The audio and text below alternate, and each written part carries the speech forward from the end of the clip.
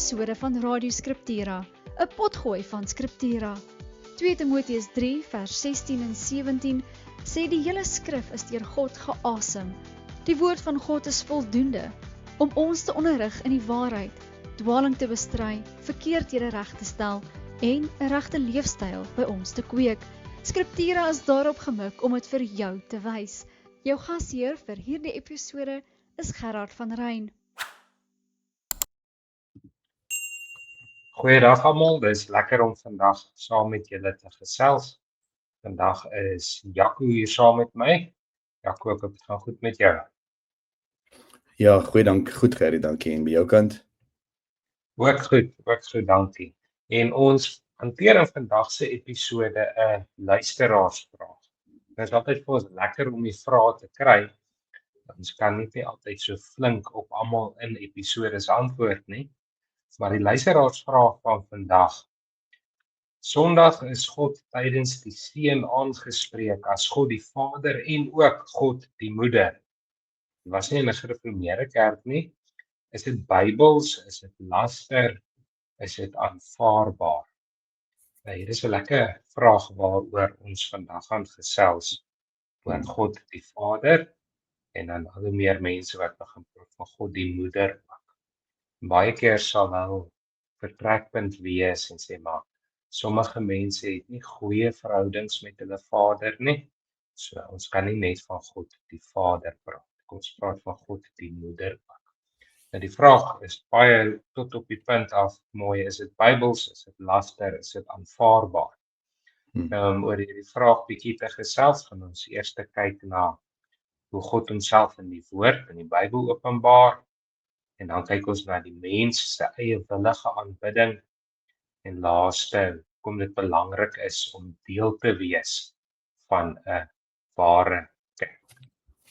Nou, kom ons begin by hoe God homself openbaar. Dwars deur die Bybel kry ons die openbaring van God dat hy die Vader is.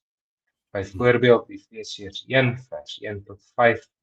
Paulus, apostel van Christus Jesus, deur die wil van God aan die heiliges wat in Efese is en die gelowiges in Christus Jesus, genade, vrede van God, onze Vader en die Here Jesus Christus.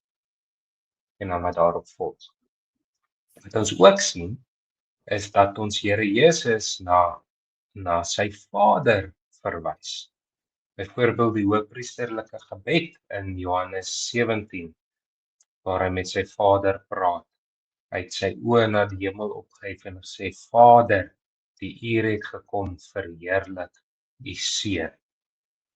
En dan leer hy ons ook natuurlik om te bid, wanneer hy ons die gebed leer. Ons begin ons gebed met ons Vader, wat in die hemele is. So, deurgaans kry ons hierdie openbaring, dat God die Vader is. En ek seker jy sal nog baie daar kan byvoeg ook, Jaco. Ja, net 'n stapie terug ook Gerry, hierdie ding van God die Moeder kom natuurlik van die tyd waarin ons leef, né? Die wêreld wat en kyk ons kom ons erken eers as daar is 'n vrou misbruik of onderdrukking van die vrou in baie kulture en in omgewings op die verkeerde manier. Die Bybel leer ook vir ons wel dat die man is hoof van sy huis en is ook hoof van sy gesin en die vrou moet onderdanig aan sy man wees. En selfs in kerklike kringe word hierdie idee mos nou baie misbruik. En tesame met dit dan leef ons mos nou in 'n liberale wêreld met die feminisme en al hierdie goede en ek kan nou ongelukkig vir hierdie oomblik nie die ander term in Afrikaans onthou nie, maar gender-based violence. En dan is daar mos nou 'n oorreaksie teen hierdie saak, né? Die kerk wil blameer, julle met julle kalvinistiese gereformeerde siening wat die vrou onderdruk en die wêreld aan die ander kant van vroue misbruik wat daar sekere plekke wel geldige redes voor is. En dan kom hulle met hierdie goed en dan vloei hierdie goed mos nou deur liberale denke die kerk binne. En dan ontstaan hierdie idee, maar God is tweeslagtig, hy is man en vrou, en dit gaan soms selfs ekstreem verder dat jy God dan nou die Moeder moet noem, en dis wat nou hierdie luisteraarsvraag vandaan kom. Daar is kerke, en ek Ek weet, en ek dink nie is 'n probleem om dit selfs by die naam te noem nie, maar ek weet van gereformeerde kerke, NG kerke, wat hierdie tipe ding praktiseer, waar hierdie ding teen die plaas gevind het, waar daar nou in die naam van die moeder God gepraat word, om nou hierdie balanseer ding te doen, jy weet, om nou te sê die Bybel, daar selfs pogings om die Bybel te vertaal in dis nou weer anglisisme dalk, maar genderneutrale taal, selfs 'n feministiese Bybel wat wil God van moeder praat en sulke goed. So, dis waar hierdie ding vandaan kom, is wanneer die kultuur in die kerk inwaai. Maar soos jy reg gesê het, hoe het God hom geopenbaar? Dit gaan nie oor hoe God gekies het om homself aan ons te openbaar. Ons praat hier van God se selfopenbaring. Ons bely dit in ons gereformeerde leer ook. God kom openbaar hom aan ons. Want hoe sal ons ooit weet wie hy is? En dis wat nou hier gebeur, né? Ons skep nou 'n God na ons beeld, en dit verbreek natuurlik die 3de gebod. Ons mag nie ander gode maak na ons smaak. Tweede gebod. Ja, tweede gebod. Ons mag nie 'n God na ons eie smaak maak nie. Ons mag nie afgode maak nie. Beelde skep soos ons van God wil hê nie. Dit is 'n suiwer afgoderry. Dis Israel ook gedoen het met die goue kalf. Hulle het 'n God geskep waar hulle in van beheer is. En dis wat ons hiermee besig is. En jy het reg, ek het al daai verse in my lysie ook gehad, dus hoekom ek so 'n bietjie in 'n ander rigting beweeg. Maar ek meen, ek kan ietsie bysit ook. Daar is Efesiërs ook, Here, waar daar is een God en Vader van almal. Efesiërs 4:6. En Jesus wat sê ek en die Vader is een. So hierdie idee van die moederbeeld kom wel in die skrif voor. Daar's tekste in Jesaja 66:13, soos 'n moeder haar kinders vertroos, en Deuteronomium 32:11. Ek het julle opgevang soos 'n arend haar kuikens. So as die Bybel hierdie idee van 'n moeder praat, dan is dit nie bedoel om te sê God is vader en moeder nie. Dan is dit God se sorg, God se omgee wat hy deur middel van daai beeld van in beeldvorm aanspreek. En so dan word daar hier mos nou 'n groot fout gemaak, hermeneutiese fout gemaak, om te sê maar dit wys vir ons dat God ook vroulik is. God is ook 'n moeder. En so ons kan nie daai fout maak nie. Ons moet die skrif volg, hoe God hom geopenbaar het. Ons moet ook die tekste lees soos wat hy in sy konteks kom, en wat is die groter openbaring van God in die skrif, en as hy dan praat van soos 'n moeder haar kind vertroos, wat bedoel die Here met dit? En dit leer ons uit die skrif uit. Ek is dankbaar dat jy die preek teruggegee het, want ons onderspeel glad nie die feit dat heelwat van ons gebrekkige verhoudings met ons aardse vaders het nie. En selfs as jy die beste pa op aarde het, hy en jy bly sondaars. So ons moet nie van ons situasie af na God toe beweeg en sê, dis nou hoe God 'n vader is nie. Ons moet van sy volmaakte vaderskap af beweeg, en dit as 'n voorbeeld vir ons vat. Soos ons dwarsteer in die woord kry, soos nou sê, en wat ons ook nie moet onderskat nie, is die kerk deur die eeue bely God as Vader. Ons kan maar kyk in al ons belydenisskrifte, ons heel oues ook, God is die Vader, want hy sê so. En dan het jy al begin raak in die volgende punt, maar waar kom al hierdie dinge nou vandaan? En op die ou einde gaan dit oor eie-willige godsdiens. Jy het verwys na die tweede gebod, die Heidelberg Katekisme se verklaring daar, Sondag 35, wat eis God in die tweede gebod, ons mag God op geen enkele manier afbeeld nie, en hom op geen ander manier vereer as wat hy in sy woord beveel het. En dan ook die kosbare verwysing na Eksodus 32, toe die volk die goue kalf gemaak het. Nou, mense kan daardie gedeelte lees en dink dit gaan daaroor hulle wou nou iemand anders aanbid het. Maar as jy hom mooi lees, dan sien mense dit gaan vir hulle oor hulle wil God aanbid. Daarom dat Aaron vir hulle vers 4 sê, maar dit is jou gode, o Israel, wat jou uit Egipte land optrek het. So hulle wil God aanbid, maar op hulle manier, daarom dat hulle 'n goue kalf gemaak het, want hulle het na die wêreld om hulle gekyk, sien die ander volke aanbid gode, en hulle beelde lyk soos kalwe, wat op vrugbaarheid wys. So ons sien weer sommer daar al die wêreld wat in die kerk inkom en die mens wat baie geneig is om 'n God na sy eie beeld te skep. En as jy mooi daaraan dink is hierdie God na eie beeld op die ou einde niks anders as selfaanbidding, né? Jy wil net God moet lyk soos wat jy wil hê hy moet lyk, vir jou gee wat jy wil hê hy moet gee. Ja, ek dink dit kom neer op wat ons baie keer noem in gereformeerde kringe, die regulerende beginsel, hoe God beveel het ons moet aanbid. En as jy byvoorbeeld kyk na die eerste, ek het nou wel die derde gebod genoem, maar hy is ook relevant, want al drie eerste gebod gaan basies oor hoe ons God moet aanbid.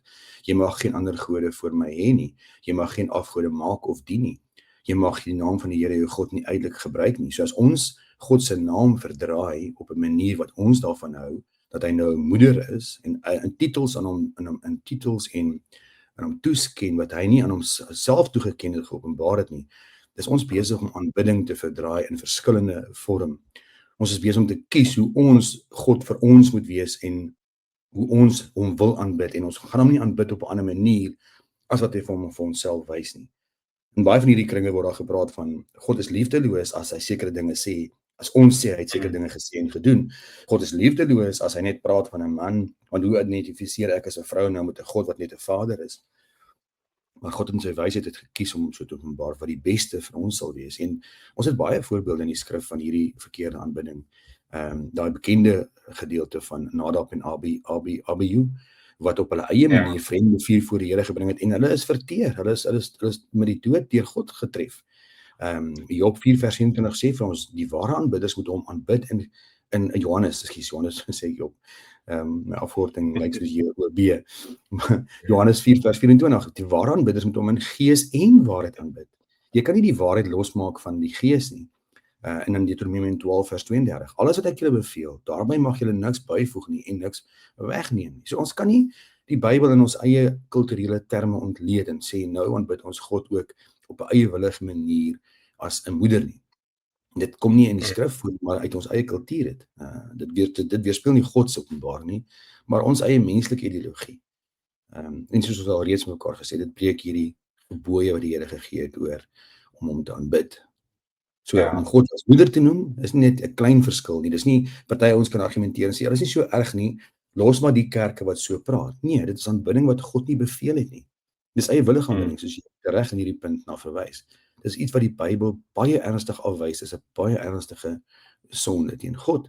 Ons moet laat God vir ons riglyne gee uit sy woord uit, hoe ons hom moet aanbid. Ja, en baie keer is mense wat hierdie begin doen, baie opreg, maar hulle is opreg verkeerd. Hulle sal sê ons motivering is om mense te bereik, om mense gemaklik te laat voel. Maar op die ou einde werk die Here deur die evangelie. En dit is waarom ons moet vashou. Ja, ons moet nie self in die pad staan nie, maar ons kan nie aan die waarheid van die woord wil gaan staan en verander nie. En dit wys vir ons hoe belangrik dit is om seker te maak dat die gemeente waarin jy is, deel is van die ware kerk. En die kenmerke van die ware kerk toon. En ons bely in artikel 29 van die Nederlandse geloofsbelijdenis wat hierdie kenmerke is. Dat die evangelie reg en suiwer gepreek word, dat die sakramente reg en suiwer bedien word en dat die kerklike tug toegepas word. Daarsien kan mens mooi anders stel en sê dat die mense lief genoeg is vir mekaar om die moeilike dinge te sê en te doen. So ons as gelowiges het 'n bitter groot verantwoordelikheid om te sorg dat ons met die waarheid van die woord bedien word. Dit is interessant wat 'n groot deel van die Nuwe Testament daaraan spandeer word om dwaling reg te stel en om teen dwaalleer te waarsku. Want dit is ernstig, dit is gevaarliker vir die kerk dwaling as vervolging van buite af. Vervolging van buite af, dat die kerk gewoonlik groei, soos ons in Handelinge sien. Maar die dwaalleer lei mense weg van die Here af. Ja. Nou hoe maak ons dan, Jaco, as ons nou saam met vriende na 'n kerk toe gaan? Of kom ons sê baie keer familiegeleenthede, dis 'n doop of 'n belydenisaflegging, by kerke praat van aanneming. Moet ons dit nou maar net alles opeet en stil bly? Of wat is ons roep? Ja, ek wil net gou voor ek jou antwoord daar, Gerrie, ietsie sê wat ek 'n gedagte gehad het toe jy praat van opreg verkeerd. Kyk, daar's 'n baie moderne geneigtheid en is nogal groot. En ek noem dit baie keer sentimentele Christendom, né? Ja. En of noem dit maar gevoelschristendom. En die hermeneutiek wat ons vandag bedryf in die meerdere sin is 'n gevoelshermeneutiek. Laat dit my goed voel. Ja. Doen dit emosioneel aan my. Nou om oor God as moeder te praat is mos nou vreeslik in 'n wêreldse sin mooi. Nee man, dit klink so sag en mooi. Dit is so wonderlik, dit is so sentimenteel, dit is so emosioneel. En hoe kan dit nou verkeerd wees as dit mense goed laat voel en groeperinge wat uitgestoot word? As God as moeder die transgender gemeenskap intrek en as God as moeder die homoseksuele gemeenskap intrek en tuis laat voel, maar dis nie so hard en knopperig soos mans nie, weet. Dan is dit mos nou wonderlik, hoe kan julle klomp ouens nou wil kla daaroor dat ons hierdie idee van God as moeder wil aanspreek in 'n seën, nê? Dink gou 'n bietjie hoe wonderlik voel die mense wat daar sit wat dalk in hulle lewe deur mans misbruik is. Dink gou 'n bietjie wonderlik hoe voel daar iemand wat nou sy seksuele identiteit kwyt is en nou van 'n man na 'n vrou wil verander. En ons seën groet nou in God die moeder se naam. Wow, dit laat mense dan so goed voel. Ons doel is tog om mense in te trek. Nou dit is die heersende teologie van ons tyd wat baie keer hoe ons dinge interpreteer, sentimenteel. Aanbidding word ook aangebied in hierdie gevoelsmatige manier. Nou ek glo gereformeerdes gaan ook soms verkeerd waar ons die chosen thousand aangekla word. Ek dink dit is wat ware aanbidding bedoel word nie, nê. Maar ons kan nie met hierdie sentimentele godsdienst die Bybel bedryf nie en verklaar nie. Alles wat mense goed laat voel, dit is die norm nie. En dis wat hier gebeur. En ekskuus. Ek wil jou net in die rede val, ekskuus. Jy het 'n baie belangrike ding gesê. Gevoel is deel van ons geloof. Maar ons gevoel, ons vreugde, ons berou, ons hartseer oor ons sonde, maar op word deur die waarheid van die woord getrek. En dit is iets anders as jy praat van gevoelsgodsdienst, ek sê sommer sola gevoela. Dit is iets anders as by die wêreld bedryf.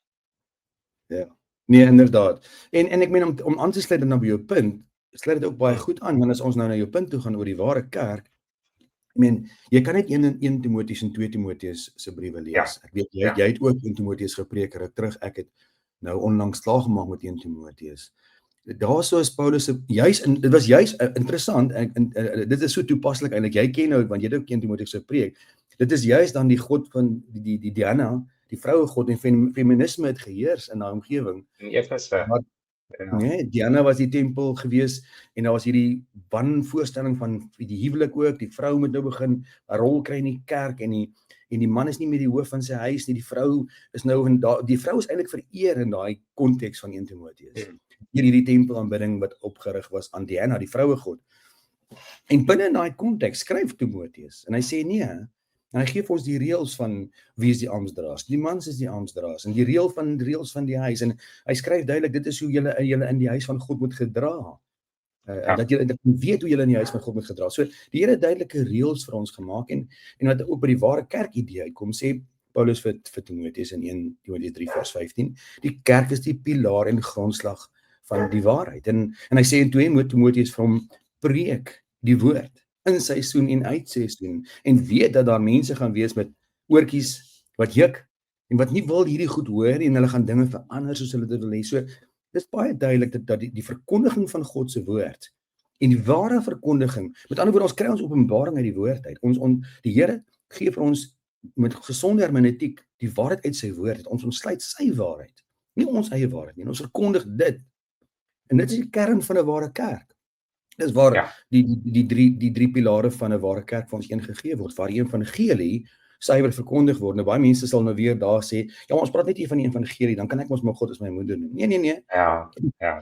Wat is die evangelie? Is die evangelie net 5 versies in die Bybel? Nee, as ons praat die woord van die evangelie, praat ons van Genesis 1 vers 1 tot Openbaring 22 vers 21, die volle openbaring van God. Paulus sê vir die Efese ouderlinge, ek het nie nagelaat om die volle raad van God aan julle te leer nie. So, dis nie asof ons kerke kan kry met ander gere nie, want ouens kan nou redeneer, ja, maar okay, julle gereformeerde ouens is een kant, en ons ander ouens is aan die ander kant, en so is daar maar 'n kerk vir elke ou.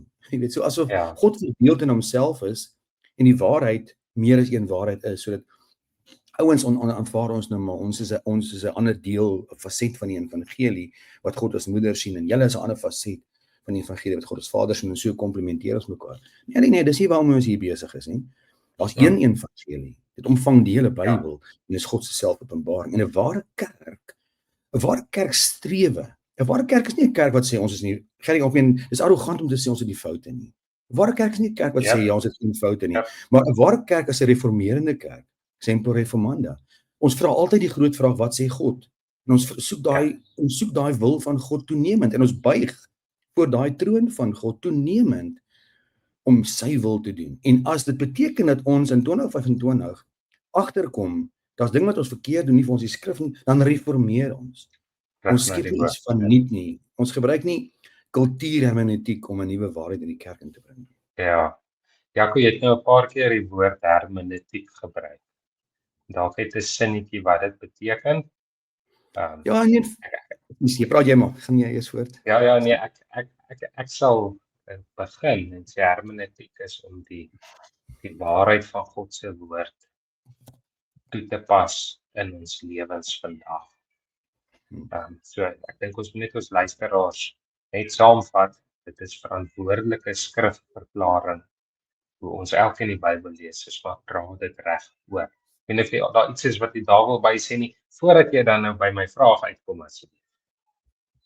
Ja, net oor hermeneutiek, dit in eenvoudige terme is wat ek reeds dinge gesê het, om God se woord te lees en te verstaan, soos hy dit bedoel het. En daar is verskeie beginsels dat ons al oor gepraat het, skrif verklaar skrif, konteks is belangrik, en dis juist wat hier in hierdie vraag groot rol speel. Die hele skrif moet hier ter tafel kom, nie net 'n enkele versie waar God sê, ek het soos 'n moeder oor julle gevoel nie, en nou skielik is God ons moeder nie. So die hele skrif moet hier ter tafel kom, die konteks waarin God homself openbaar moet hier ter tafel kom. Soos ons in hermeneutiek praat ons ook van God se selfopenbaring, en hoe ons dit met gesonde Bybelse verstaan beginsels ontsluit. En ons doel met Bybel hermeneutiek is om die Bybel te ontsluit in die konteks waarin hy dit gesê het, dit dan ook te oorbrug na ons tyd, want ons leef heel wat later, maar die waarheid bly die waarheid, en dit bly waar in alle tye, daar's nie nuwe waarhede nie. Ja, soos R.C. Sproul altyd gesê het, die toepassings is meervoudig, maar die waarheid dat God die Vader is, en dat hy homself as in manlikheid openbaar het, hy praat van homself as hy, en ek is 'n vader, is dis sentraal tot die skrif, en dis hoe hy hom in konteks geopenbaar het, waarby ons moet vashou. Ja. So, my aanvanklike vraag, hoe maak ons as ons saam met vriende of familie gaan? Kyk, is 'n moeilike vraag. Ek dink daar gaan 'n bietjie verskillende kom ek praat van myself. As ek dit nie voor die tyd weet nie, dan sal ek gaan. Ek meen, as ek nou genooi word, kom ons sê ek word genooi na 'n troue toe, of na 'n doop toe, of iemand van vriende na 'n kerk toe, en ek ken mos nou nie die kerkkonteks voor die tyd nie, en ek kom daarin, en hier open die predikant met die seën, dan nou sit hy in 'n situasie, moet ek opstaan en loop. Ek dink dit moet 'n persoonlike keuse maak. Ek dink mense sal nog steeds, ek persoonlik sal sit, sover dit nou regtig nie te ver gaan nie. Maar as ek vooraf weet, as iemand my vooraf nooi, ek kan Brontuit wees, daar's kerke in die Kaap wat hierdie tipe goed praktiseer, waarvan ek weet, ek gaan nie 'n naam noem nie. As ek so intoe genooi word, dan gaan ek sê, jy moet my verskoon. As daar miskien 'n funksie is na die kerk of so iets, dan sal ek dit bywoon. As hulle kies om iemand anders te, miskien preek die pa van iemand daar by die doop, en is dalk 'n goeie gereformeerde prediker, sal ek gaan. Maar as dit die spesifieke predikant is wat hierdie goed praktiseer, Dis 'n opoffering wat ons van ons vra, Gerrie. Dit kom weer vir my ook bietjie terug by sentimentaliteit, want daar is mense wat redeneer, wat aan die waarheid vashou en sê, maar ter wille van my kinders sal ek dit doen. Ek onthou ruk terug was die groot vraag ook, en John Piper het die vraag nogal goed geantwoord. Die vraag was, sal ek na 'n huweliksbevestiging, as ek genooi word, na 'n huweliksbevestiging toe gaan van homoseksuele huwelik. En dan sit nou so 'n familielid van my eie, en dan sal baie sê, ja nee, okay, gaan ter wille van die familie, jy weet. Dit grens my bietjie aan hierdie sentimentaliteit waarvan ons gepraat het, is dat waarheid gaan van ons vra. Jesus het gesê, toe hy praat oor die waarheid en sy koms, wat sy koms gaan bring, is dat daar selfs vader teen seun en 'n vader teen 'n moeder sal opstaan vir die waarheid. En hy bring verdeeldheid. Hy bring verdeeldheid in die sin van die waarheid, nie in terme van die waarheid nie. So hy verenig mense in die geloof. Maar daar waar valse godsdienst bedryf word, bring die naam van Jesus ook skeiding. So dit gaan 'n prys wees wat ons moet betaal soms. Hartseer in eie familie. Dit mag beteken dat jy selfs 'n kerk moet verlaat wat jy al jare in was, in groot geword het, waar jy gedoop is, jou kinders in gedoop is, maar wat nou afwyk van daai 3 pilare van wat is 'n ware kerk. En natuurlik stap mense eers 'n pad. Ons is nie mense wat rondloop en vir elke foutjie soek en as daar 'n foutjie is dan loop ons nie. 'n Mens stap 'n pad. Jy probeer 'n kerk terugroep na die waarheid toe vir 'n tyd. En as dit nie gebeur nie en jou vraag is oor die ware kerk, dan moet jy 'n ware kerk soek, want kerke kan dit verlaat. Net kortliks afsluitend van my kant af, as ek dink byvoorbeeld aan die 7 gemeentes van Openbaring, né? Efese, ek het een keer 'n Bybelstudie reeks aangebied oor daai 7 kerke en ek het Efese genoem die gereformeerde kerk van Efese. Want Efese was die kerk wat alles reg gedoen het, né? Hulle het die liefde ontbreek, maar waar was Efese 'n paar dekades daarna? Daar het rabbel gelê, né? En die Here het gewaarsku, ek vat jou lampstaander weg. So selfs ons as gereformeerdes moet bietjie hierdie ding vat. Ons is altyd geneig om ander te kritiseer, maar die Here sê ook vir ons, as julle afwyk van die waarheid en julle is koud en julle het nie die liefde nie, dan gaan ek julle lampstaander wegvat.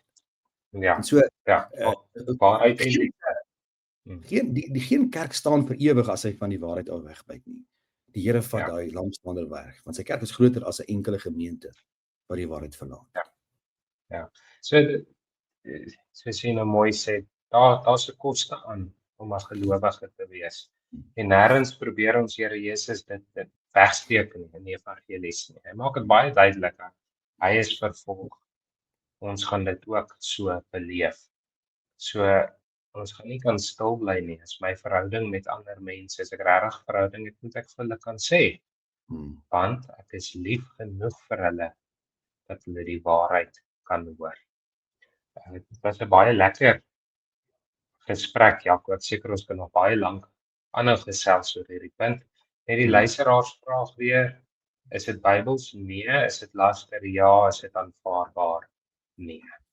En mag die Here ons lei om in groot liefde by die waarheid te bly, sodat ons Vader in waarheid en gees kan aanbid.